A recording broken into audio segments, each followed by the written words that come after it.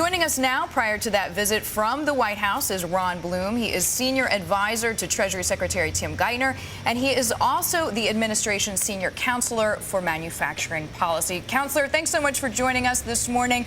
President Obama says he is going to get the American taxpayer paid back.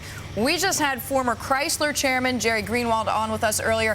He says taxpayers may get that money back, but minus pension obligations and minus interest. Is that a fair assessment of what's going on? Well, I would unfortunately not have a chance to listen to Jerry, so I can't know exactly what he said. But what I think the president said yesterday, and first let me thank you for having me this morning, but what the president said yesterday was that so far this administration has committed $60 billion to the American automobile industry. The latest valuation of those series of investments by the Office of Financial Stability was at right around $60 billion. Now, obviously, we have to still realize we're hopeful that General Motors can go public later this year, and we're hopeful that after that we'll be able to move our shares out. But at this moment, we think things are going well. Any timing, anything that you think with that GM IPO, since you brought it up? I mean, we've heard it could happen as early as this summer, at the end of the summer. Does that make sense to you from what you know? Yeah, as you know, IPOs are very, very highly regulated by the Securities and Exchange Commission, and so unfortunately this is really not something I can give further detail on.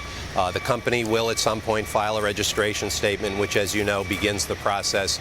Until that point, we really can't comment, but we are where we were, which is we remain hopeful that General Motors will be able to accomplish an IPO at some point during this year. Ron, you mentioned yesterday that while signs in the auto industry are too slow, or still slow rather, you do say it's coming back.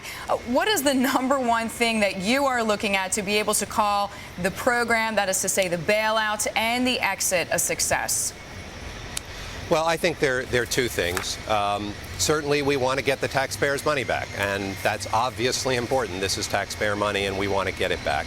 But I also think it's worth noting that in the year before the companies went bankrupt, the entire industry shed 334,000 jobs. In the last year, they've gained 55,000 jobs.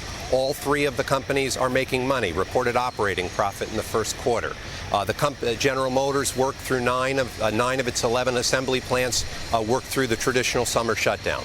So this company's employing people, and when General Motors employs people, Chrysler and Ford and others employ people, the suppliers employ people, and dealers employ people. That may all be true, Ron. I don't mean to cut you off, but what about public perception? More and more people are saying they're disappointed, in fact, that the U.S. government bailed out the auto companies. How worried is the Obama administration about this perception?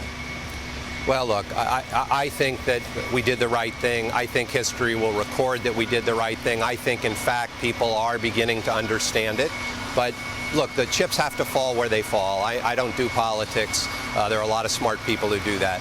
We were asked, the folks on the auto team working for Secretary GEITHNER and Director Summers were asked to try to put forward a plan, a tough-minded plan that put these companies back on their feet in the best way we could.